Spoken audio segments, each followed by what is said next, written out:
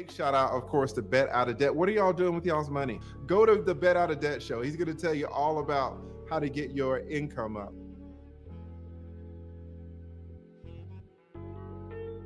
How are you doing, people? Troy here with the Bet Out of Debt show. We'll be dealing with betting on yourself and getting you on the road to financial freedom. Come here for topics on health, wealth, finance, and self. I'll be having guests from a range of fields to empower you on this journey with me. Make sure you like, comment, and subscribe to the Bet Out of Debt show.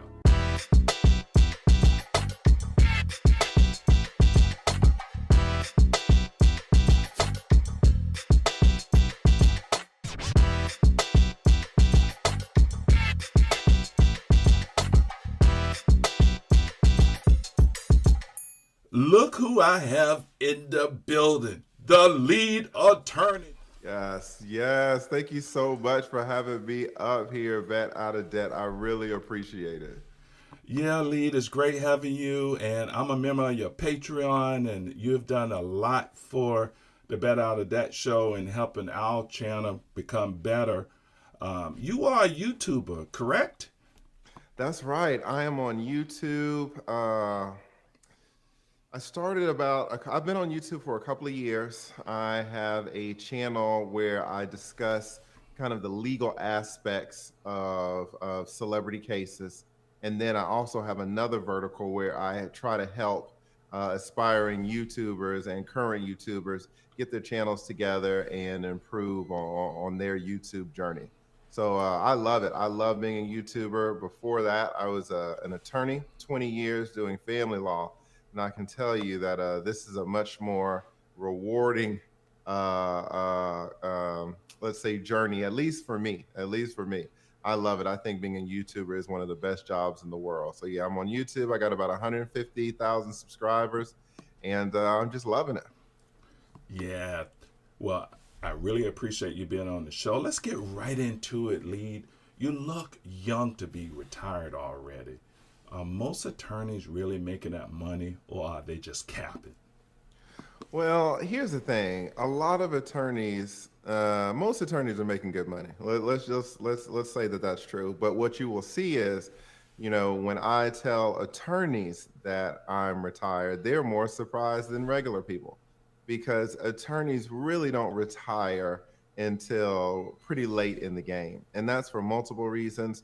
One reason is that it's easy to make money as an attorney in one sense, because you're really dealing with paperwork, and once you've been practicing 10, 15, 20 years, you know the whole routine down. So it's not a lot of extra things that you need to do to keep your career going. And depending on how you're running your practice, you don't really need to spend a lot of money. It's not like you're manufacturing transmissions or anything like that. So the overhead, if you can keep that low, you can generate a lot of profit. And again, it's not like you're slinging a sledgehammer or digging holes in the earth. So you can do this for a long time, and attorneys do. So that's one reason that attorneys really don't retire so early, and they're surprised when they find out I retired. But another thing has to do with the fact that a lot of attorneys, here in America, they're Americans. And what does that mean? It means Americans like to spend money. It is expensive. It can be expensive, very expensive to live in this country, especially when you're making money. You have this whole idea of lifestyle creep. So, you have an attorney maybe starts off, he's in a $350,000 house, and then he moves up to a $500,000 house, and now it's $750,000. He was driving a little Toyota in law school, but then he graduated and got this car, and then this car, and this car. He got a wife, and then, 2 or 3 kids come. Now it's the 4th kid. You got a lot of attorneys, they got 2 kids in college, 2 kids coming up behind them in high school. You've got all these tuition payments every semester. It's it can be extremely expensive to live in this country. And so to retire early, you really have to be intentional, because things like lifestyle creep can come up and really make it so that you can't afford to retire. So the fact that I retired, you say, well, are attorneys really making that much money? Yes, but that's not a function or that's not an explanation of why I'm retired. The reason that I'm retired is because my expenses are very low. I don't have a wife. I divorced. What's that, about 4, 6 years ago? No kids, right? So no wife, and let me just mention no alimony payments, right? No, no kids, right? So I don't have any, tuition payments to send to FAMU or to send to Howard or to send to Morehouse, Spelman. None of those colleges and institutions are tagging my pockets. So really, if you don't have a wife and you don't have any kids, the amount of and you're sensible in the way you spend your money. I'm not out here buying ski doos or anything like that. I live well below my means, just naturally. It's not something that I force myself to do. I don't feel like I suffer. You can look up in 3 years and be surprised at the money that you're making. And then, you take those 3 years and then you multiply them over a career of 20 years, right? I did have a wife at one point, but we didn't have any kids and she was cool. A lot of attorneys, shout out to them. Even one of my best friends is an attorney. They'll get with a woman and, the woman will spend all their money. I know this is a young crowd, so I don't want to get too into the weeds on life, right? I want to be aspirational as opposed to realistic. But I know this is the bet out of debt show too, where you guys talk about money. So this is a little nugget, a little lesson. Don't get with anybody who is really going to spend you into the poorhouse. No matter how much money you make, you can get with a person who will spend it faster than you can make it, and that relationship is not going to last. And I can tell you this as a 20-year divorce attorney. I have seen savers and spenders try to marry and have a successful relationship, and depending on the spender's proclivity to spend, that relationship almost is destined to go south. So I avoided all of these traps. So the reason that just to put a bow on it, the reason that I'm able to retire so young is not because attorneys make all this money. It's more of how I live my lifestyle. Now, I will say that being an attorney plays a part of it. If I was the assistant manager at Kentucky Fried Chicken, I might not be able to retire right now. So you earn a six-figure income as an attorney. You do that for multiple years and live below your means, you're going to be in a good place. And then if you take that you take that base, that foundation, and apply some of the principles that you teach on your show in terms of investing, now not only are you're making your own money doing your own thing, but then you have the market forces working with you. And I think most people will probably say that the market forces can work harder than you ever will. There's nothing that Warren Buffett can do that will generate the amount of money that he has, on his own. He relies on the market forces to do that. Now, he guides it, right, and he determines his investments. But at the end of the day, it's actually the investments that are doing the heavy lifting. And so, if you can live below your means, make a healthy salary, and do the investing, do what you talk about on your show, you're going to be able to kill it. You're going to be able to retire way earlier than 65 or 60 or even 55 if you want to, and you're going to be comfortable doing it. Now, a lot of people, even though they can retire, they don't want to because they enjoy what they're doing, right? That's I didn't me. enjoy what I was That's doing. me. That's exactly right. And really, that's really what you want. You want to be able to have a job that or a career or profession that you love, and then just do that for the rest of your life if it makes you happy. My career as an attorney, I enjoyed it from year 0 to year 10. After year 10, from year 10 to 15, I started looking around. I was like, I don't really know about this. And then year 15 to year 20, I was kind of done. I was kind of done with it. And so now I've started this new journey on YouTube, which I'm loving right now. But, shout out to people like you and to all the other lucky people who are few, relatively speaking, who really find their calling early on. They're not really switching around so much, and they're in a place where they can just pump it out for years, and it's super rewarding, and it fulfills that happiness that they lead in their lives. That's really That's the golden that's the golden opportunity right there. That's really what you should be looking for. If you don't have that, then your next best solution is to do what I did, just kind of get out early. And you can get out early if you live below your means, keep your obligations low, and then get a job that's going to pay you a reasonable amount, and then do what you're doing, bet out of debt, and start trying to make some moves in the market. You'll kill the game. Yeah, lead very good information, and yeah, I'm pretty successful there, and I still work, man, and Yes, I'm still getting that money from multiple sources. So, great things absolutely. you're talking about there. Let me ask you another question, lead.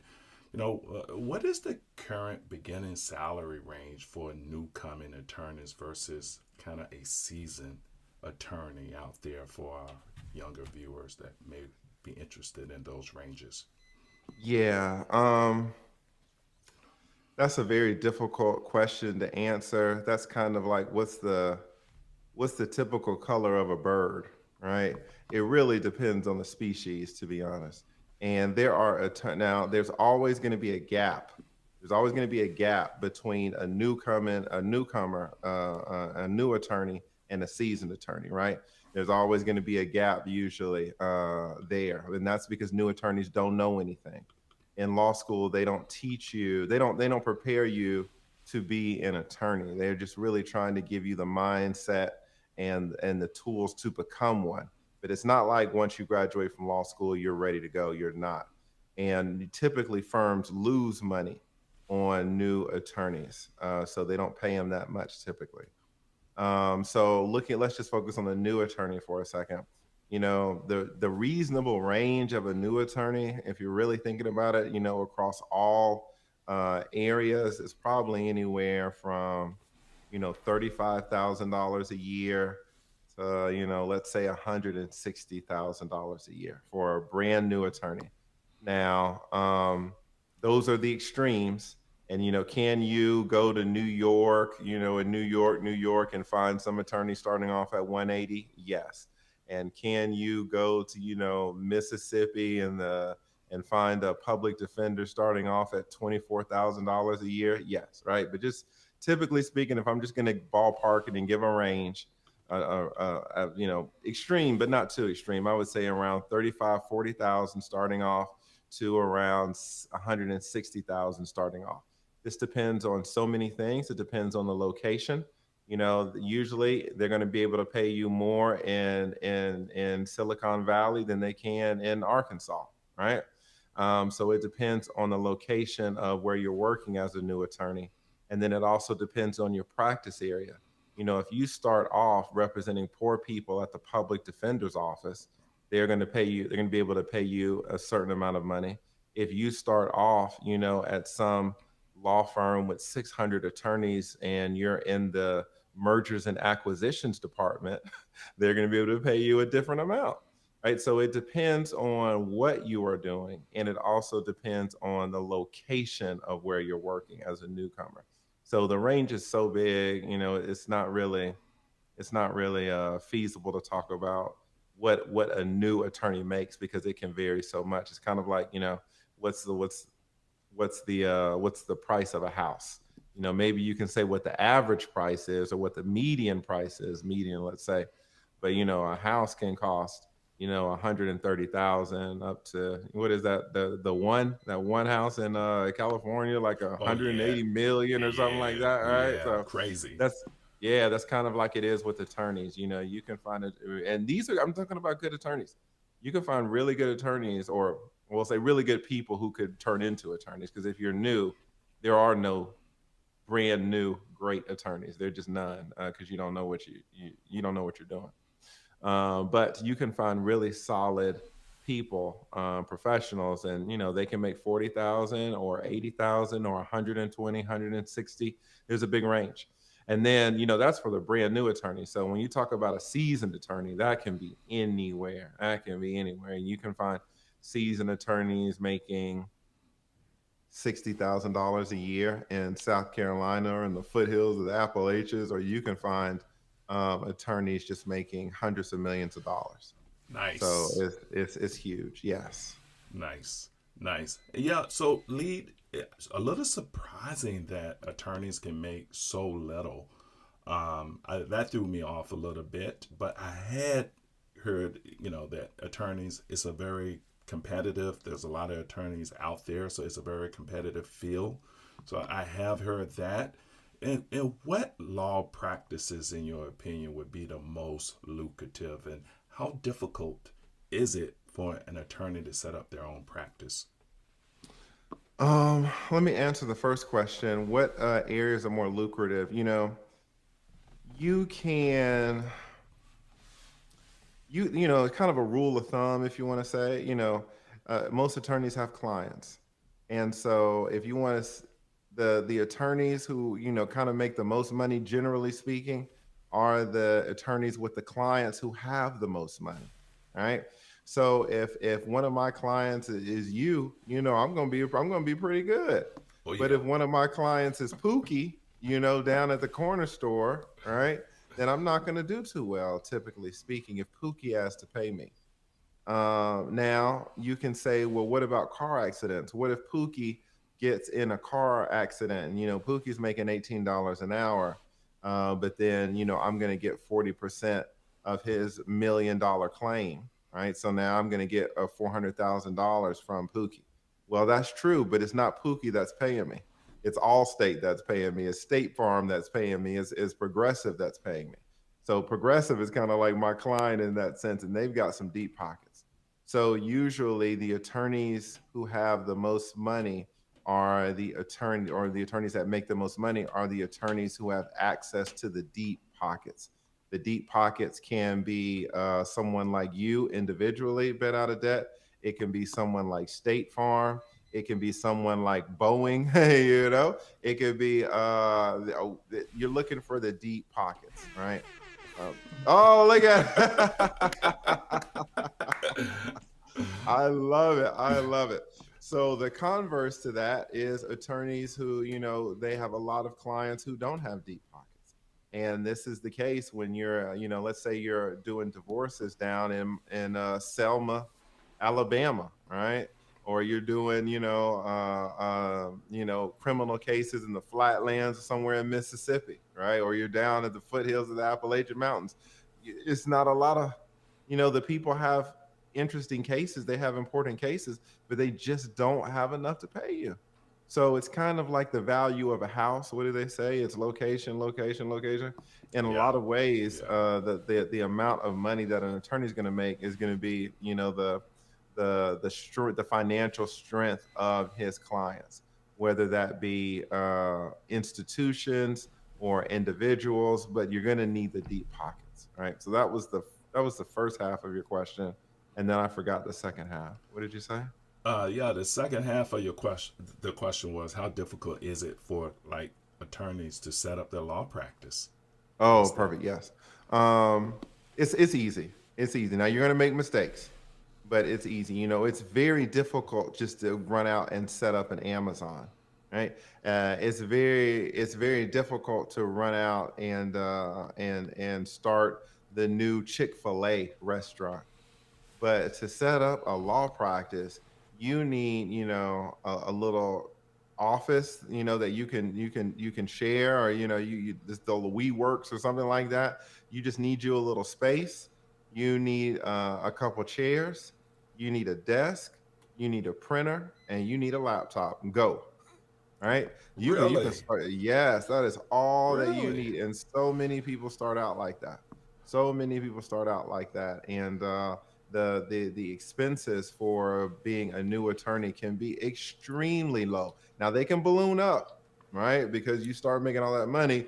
Just like we talked about lifestyle creep, you can have lifestyle creep for attorneys. Now you want a bigger office, right?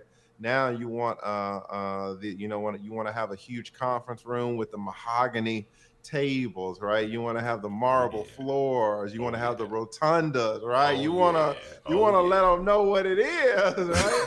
But, but then you look at your monthly nut, and you gotta pay $80,000, $120,000, $250,000 a month before you even get a penny, right? That's exactly right.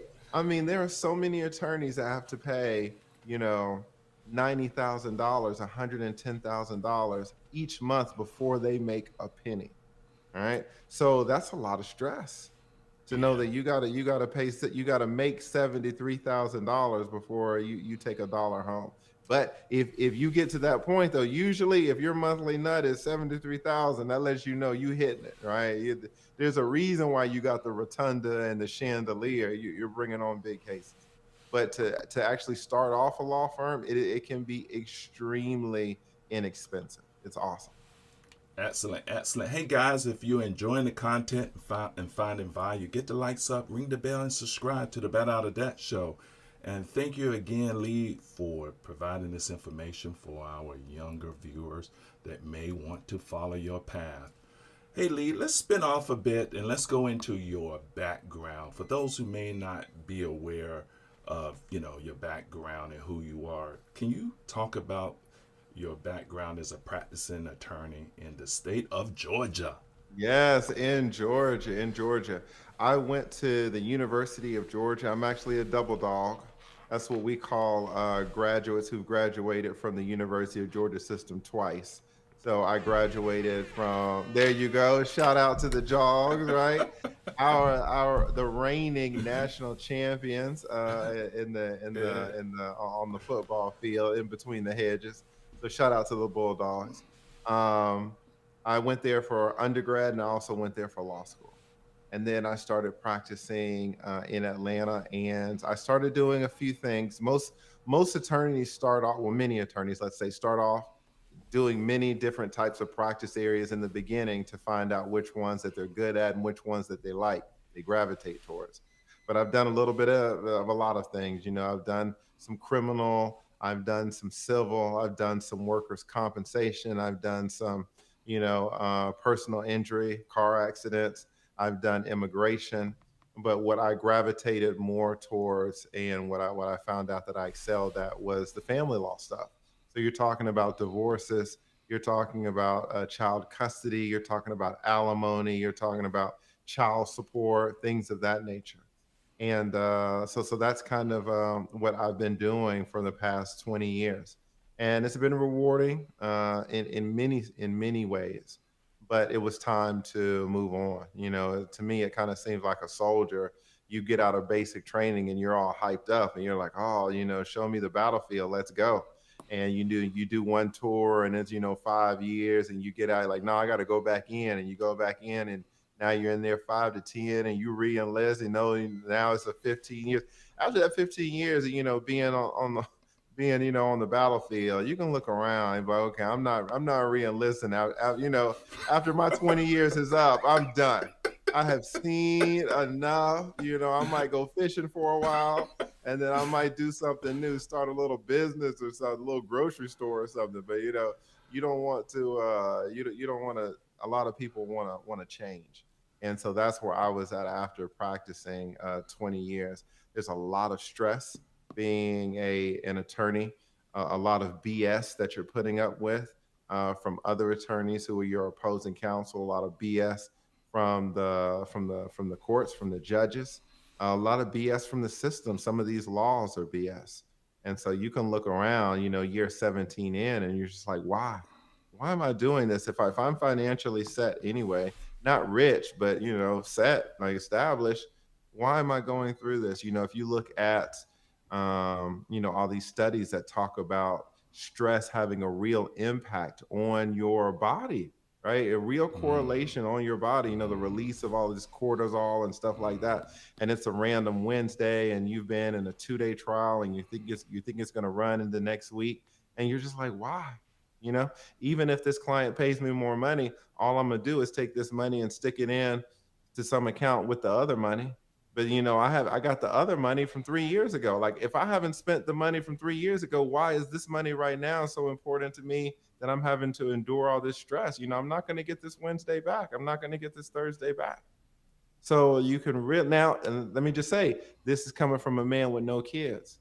If I had kids, then maybe I'll say, well, I'll put up with this because Howard's going to send me another tuition check. right? So I just got to grunt, I got to grit and bear it, right? Or, if I had a wife and she wants to go to Italy in the summer, right? So yeah, but if you don't have right? You feel me? You know I what I'm feel saying, you, right? lead. I feel you. Yes. So, but if you don't have those in your life, then you can just be so free. And when you see that you're free, you start looking at the things that are starting to encumber you. And one of the things that started to encumber me was my job. There wasn't really a reason, but that's kind of my background as a practicing attorney, and it was rewarding. But I'm glad that I'm glad that part of my life, that phase of my life, is over.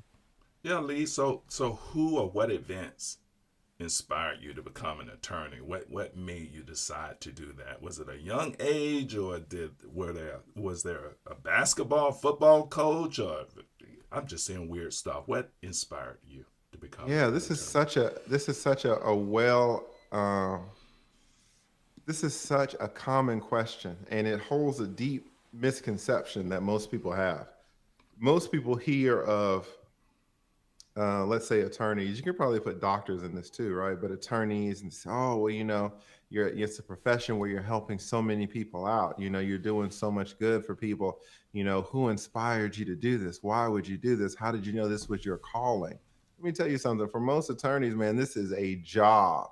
This is an absolute job, and the public doesn't understand that, which is why the public gets screwed over so much by attorneys, because your expectations of attorneys is high, and it should be, because it is a profession. But at the same time, a lot of the people in the profession are looking for a check. What do they talk about people in the government? What's the common stereotype in the government? That people are there, and they're Yeah, not trying to prioritize customer service. They're just waiting yep, to 5 o'clock until they can check out, and they want that check. Shout out to all the teachers, and all the high school teachers. um, I dated a teacher for 5 years, and I know kind of the behind the public school teacher from for 5 years, and I know kind of the behind the scenes stuff that you'll never hear in the public space, because teachers do such an important job. Everybody wants to lift them up, but there are a lot of teachers that have been in those classrooms for 7 years, 12 years, and they were burned out at year three, but they're still in the classroom in year 12 because they're looking for a check. All right. And attorneys are the same way. Attorneys, just like teachers, do a great job, are necessary for this country.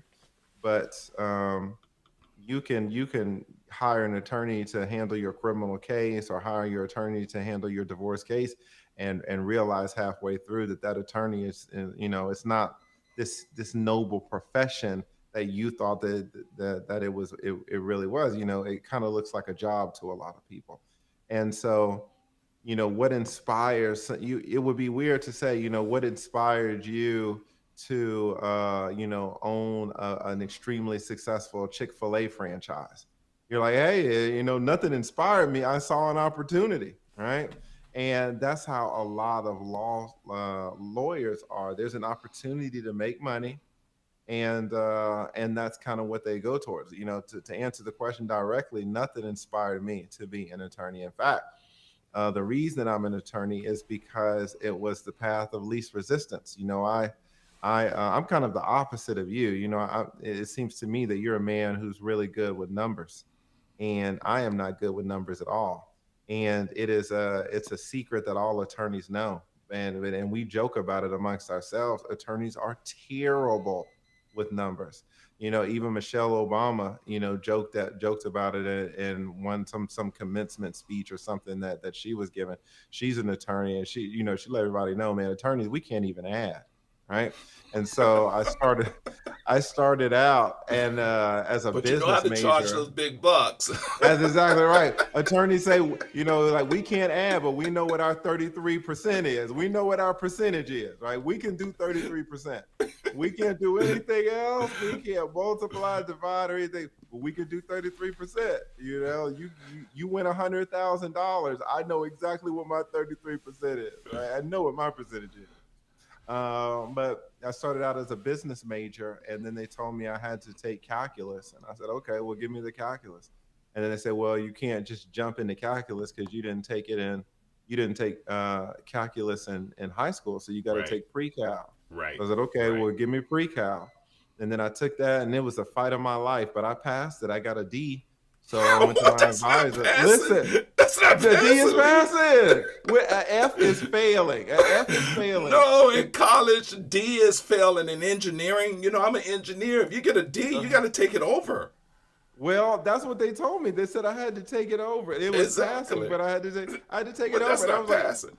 I said, I would take this class that I escaped, with the inch of my life. I got to take it over. I was like, I'm not doing it. I will never take that class again. I said, switch my major. And they said, well, what do you want? I was like, well, what's something that you don't have to take math in? What's where there's no math? And they said English. So I was like, sign me up for English. And I look up, and I'm writing poems and 3-page papers, and it was so easy. And I thought I had found the cheat code. I thought I had escaped. And then when my senior year hit, and my advisor calls me in, she's like, "Yeah, man, your grades are looking good. Do you know what high school you want to teach at?"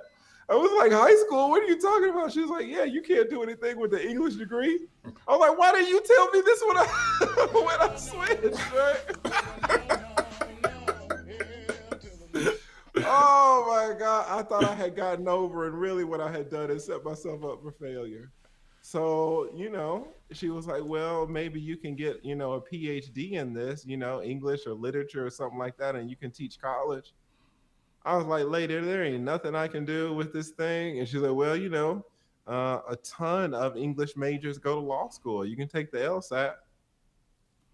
I said, lady, give me your test then. Let me take this damn LSAT. All right. Mm, And 20 years later. yeah, So, man. right. So it is a common misconception that people say, oh, when I was 6 years old, my mother got into a car accident and she was catastrophically injured, and the insurance company didn't pay us. And so then we got evicted. And I knew then that I was going to grow up and I was going to fight those insurance companies tooth and nail, so that they weren't damaging the real meat and potatoes, the real people of of Americana. No, I couldn't add. So that's how I ended up here, right? So it is a common misconception that people think that attorneys all knew at age 6 or age 8 or age 12 that they wanted to be attorneys. It's just not the case. That's not the reality of it. But a lot of people do think that. Gotcha. All right. So lead. While working in the judicial system, what were some of your firsthand experiences with racial biases and injustice? Is there is this something an upcoming attorney may have to deal with, like African American young attorneys? And is that something they're going to have to just kind of live with, or what's your experiences there? Yeah, being an attorney in America, you know, the last two words are the most important, is in America, right? So if there's racism in America, it's going to translate over into anything. And it certainly translates over into the judicial system. Now, you don't really get the brunt of it. What you'll find is your clients oftentimes get the brunt of it. So if you're representing a black guy in an all white county, and he's accused of assaulting some white woman, what's the jury going to say? What's the judge going to think? There's going to be some prejudice there. And that's what you're constantly dealing with. You're not really dealing with any overt racism here in 2022, but there's a lot of it's a lot of under the table. It's a lot of prejudice. It's hidden, and some of it is baked into the laws, baked into the institution, and the way things are set up. So you really don't have to deal with that so much now. If you're going the corporate route and you want to get the big bucks, you want to do the mergers and acquisitions and all this stuff, and you're working for these big law firms. When it comes time for your review, right, your annual review, and you're trying to move up the ladder, racism will play a much bigger part because you're in this firm, you're in this company, in this corporation. But if you got your own firm, and you're just representing your clients, you don't really deal with racism like that because you're your own boss. But you can deal with racism, from the judges or something like that. But really, the person who's going to get hurt most by racism is not the attorney; it's going to be the client, because I can represent a murder case. At the end of the day, I'm going home either way, right? It's the client who's kind of in balance, in the balance, in the scales, right? So he's the one who has something to lose. If you're an attorney, there's only so much they can do to you, right? You just win or lose the case, I suppose. And there have been a few times where I've known that the judge is against me because I'm black, but I'm talking about a few times in a 20-year career. So it's not even statistically significant, maybe 10 times where I can, I would bet on it. But 10 times out of 20 years is nothing, right? That's less than 1% probably. So you're not now, but my clients, have my clients gotten raw deals because of prejudice? Absolutely. And that's way more. So, Mm, it's not a bigger risk for you, it's more of a risk for your clients. gotcha. Wow. Okay. Very Yeah. good response. Very honest response there, lead attorney.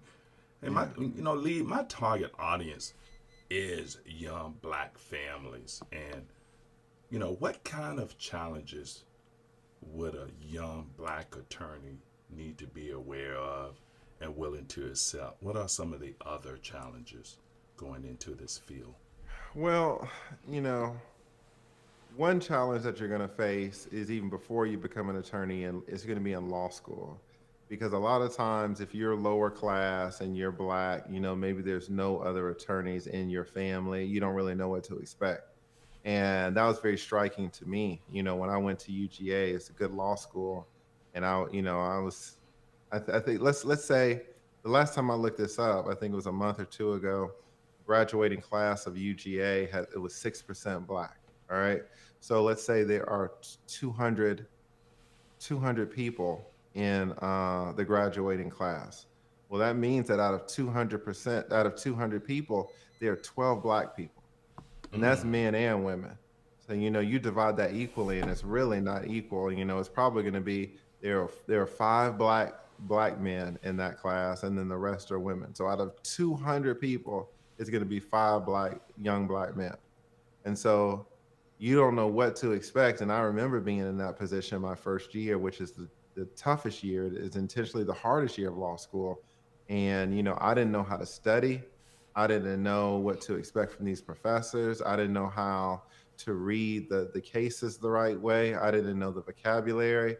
And then I'd be sitting next to, John Boy, and John Boy's dad is a judge. John Boy's uncle is a top attorney in town, and they've already given him the outlines. He's already put on game. And so you are competing with John Boy. It's not like college. When you go to college, you're not competing with anybody. You're getting your own grades individually. Your grade doesn't depend on what anybody else's grade is. That is not the case in law school. Good law schools are graded on the curve.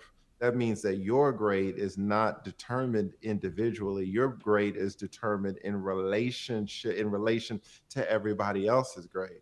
So, if it starts out that the professors thinks that there's only going to be 3 A's in the class for that particular year, they're going to be 3 A's in the class. And it's oh, not like, oh well, you got a wow. 92, so you get an A, you got a 93. It's gonna, did you get where you wanted the 3 A's? Right? Because it's great. Everything is graded on the curve, at least at the good law schools. So you are competing with people, and when you show up and your dad is not a judge, your uncle is not an attorney, you don't know any attorneys, you've never talked to an attorney, you don't know what the hell's going on, you just came straight from college, and you're sitting next to and competing with people who've been put on the game for a long time. It's not going to go well for you, right? And as black people, we typically don't have that foundation where we have a lot of people in our families that we can consult with or even know. So that's a big challenge even before you go to law school. I mean, even before you become an attorney. Law school itself. A lot of people don't make it through graduating, and some of those people are black people, and that's one of the reasons why. After you get out of law school, though, it's hard to say in 2022 your race is going to hold you back. Some of the most well paid attorneys in this country are black. They are killing the game. So, you can do it. If you can get out of law school, being black might hold you back a little bit here or there. Oh, there was this time in 2004. Oh, well, there was this one thing in 2008.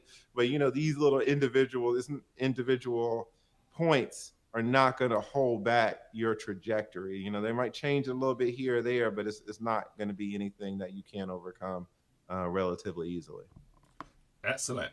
Excellent, Lee. Let me ask you another question.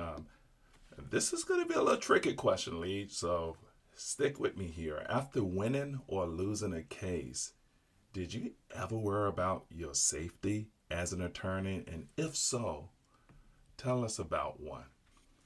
Um, Worry is a strong word, but I have got death threats, which is not uncommon for divorce attorneys. If you're a divorce attorney and you represent a woman, it can be very easy for you to take pretty much everything that man has. And when you do that, when you walk out of that courtroom, that man he feels about it. He feels a certain way about it, right? And I've gotten a few death threats. Nothing crazy, probably less than 10 in my whole career, all from men. You would think that criminal law would be where you would be nervous about.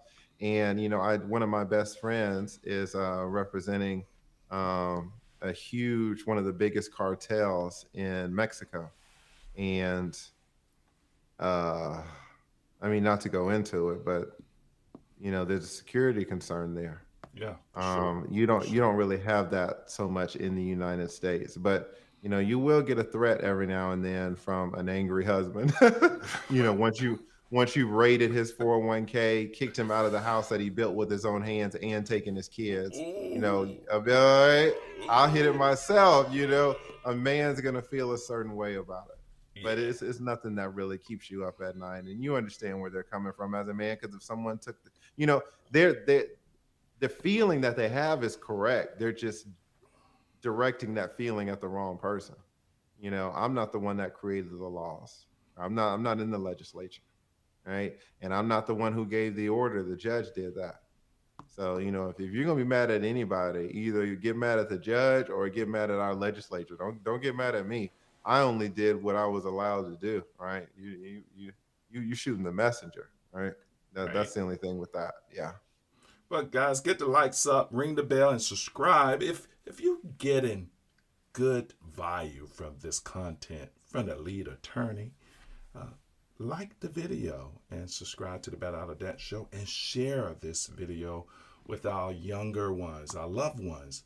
They need to hear this type of information. I'm sure some of you guys have younger children that want to become an attorney, and none better than to get information from the lead attorney here. All right, Lee, we're going to start to wrap this thing up, and great information. Let me ask you something here before we wrap up the show here. What are some of the most rewarding parts about being an attorney? Yeah, I mean, you do help people. The people that really deserve the help and get the help that they absolutely deserve are few and far between.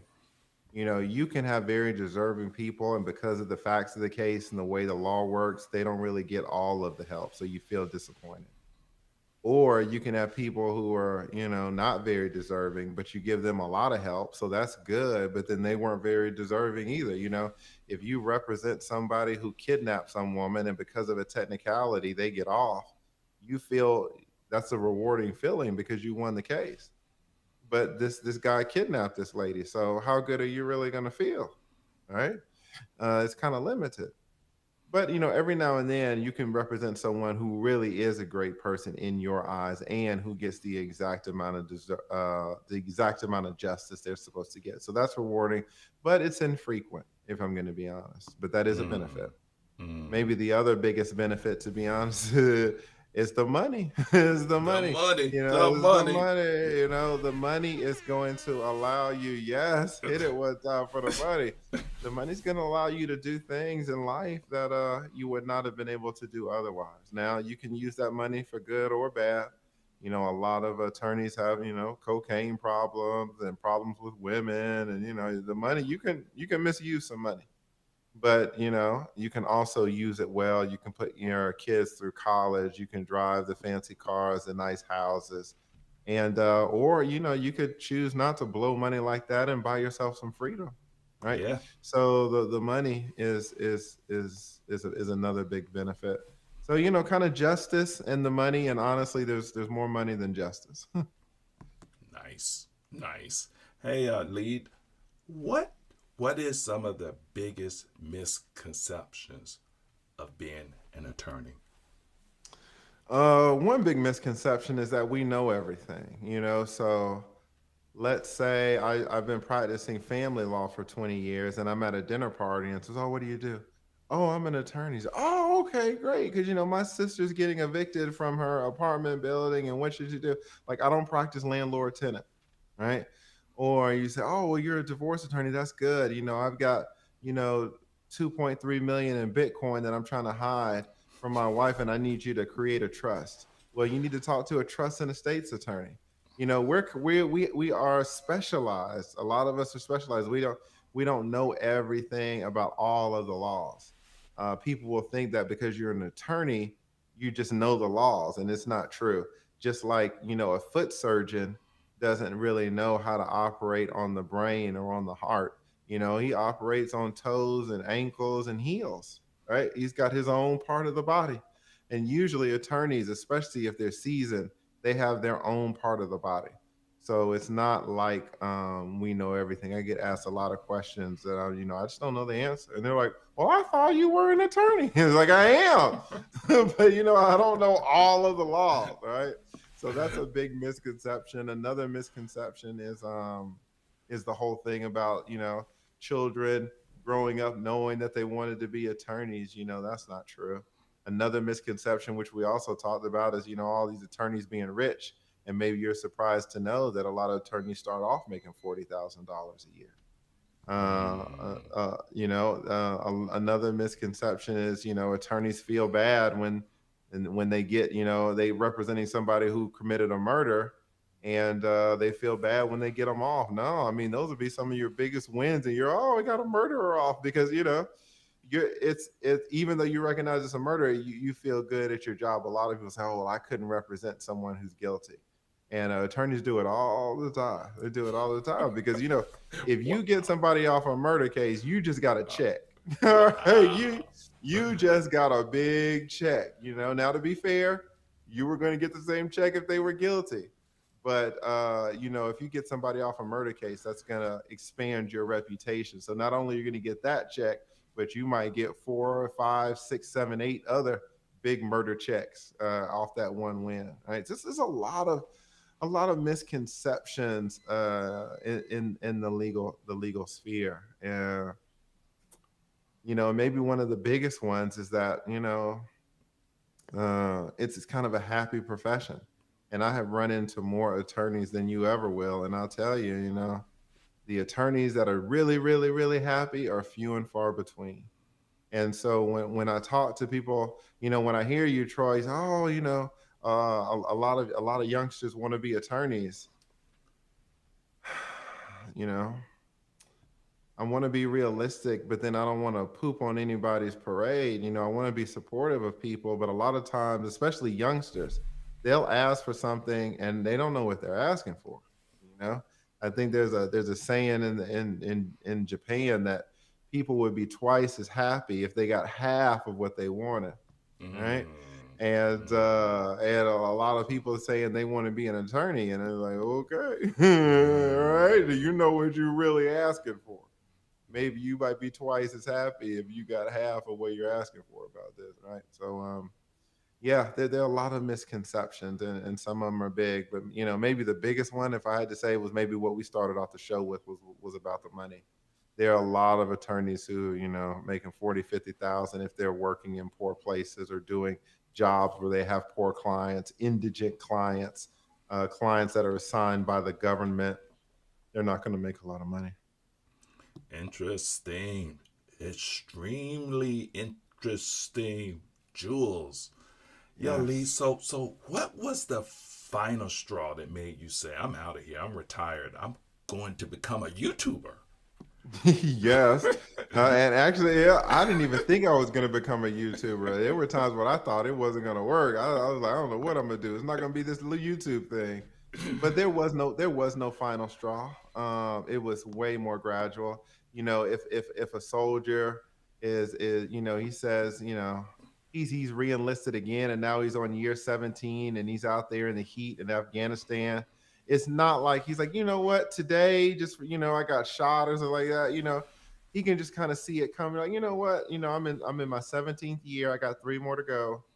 But after that, once I hit year 20, you know what? I'm gone. I'm just gonna ride off into the sunset. So it wasn't a particular event.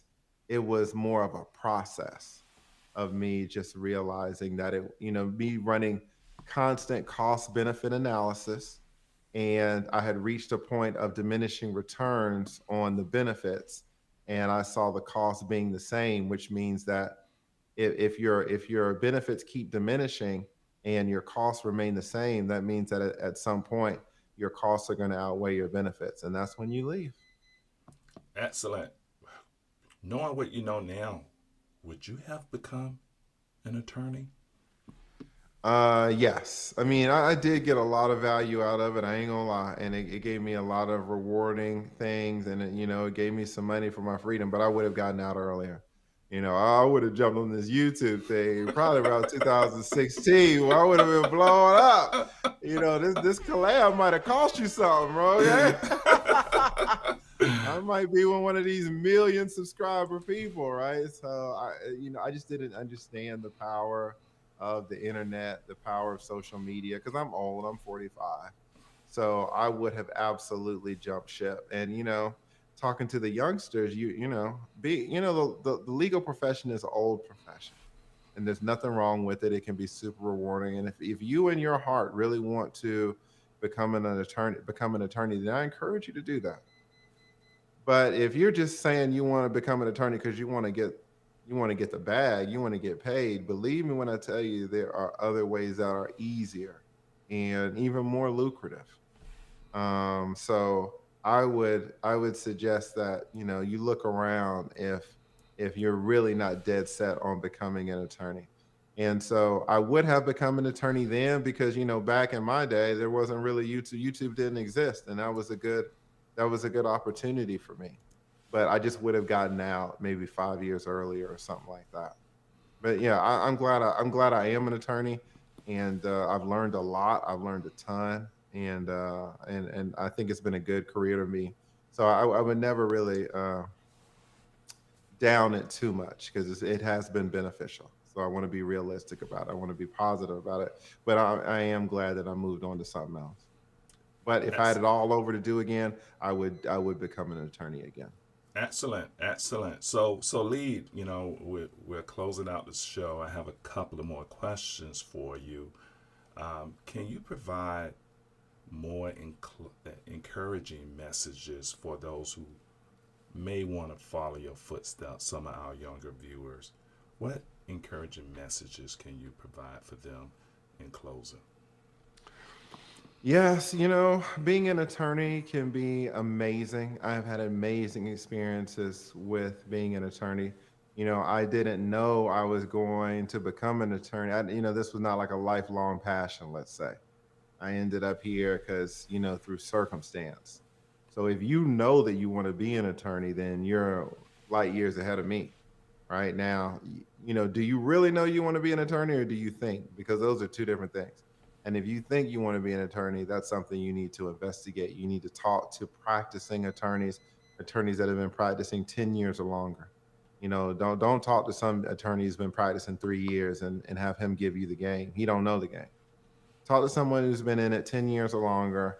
It would be great if you could take a week during the summer or something and follow them around. Say, hey, can I show up? And you don't have to pay me anything, and I'll make you copies, and I'll make you coffee, and I'll follow you to court, and I'll hold your briefcase, and I'll watch you in trial. You're gonna find out what it is to be an attorney.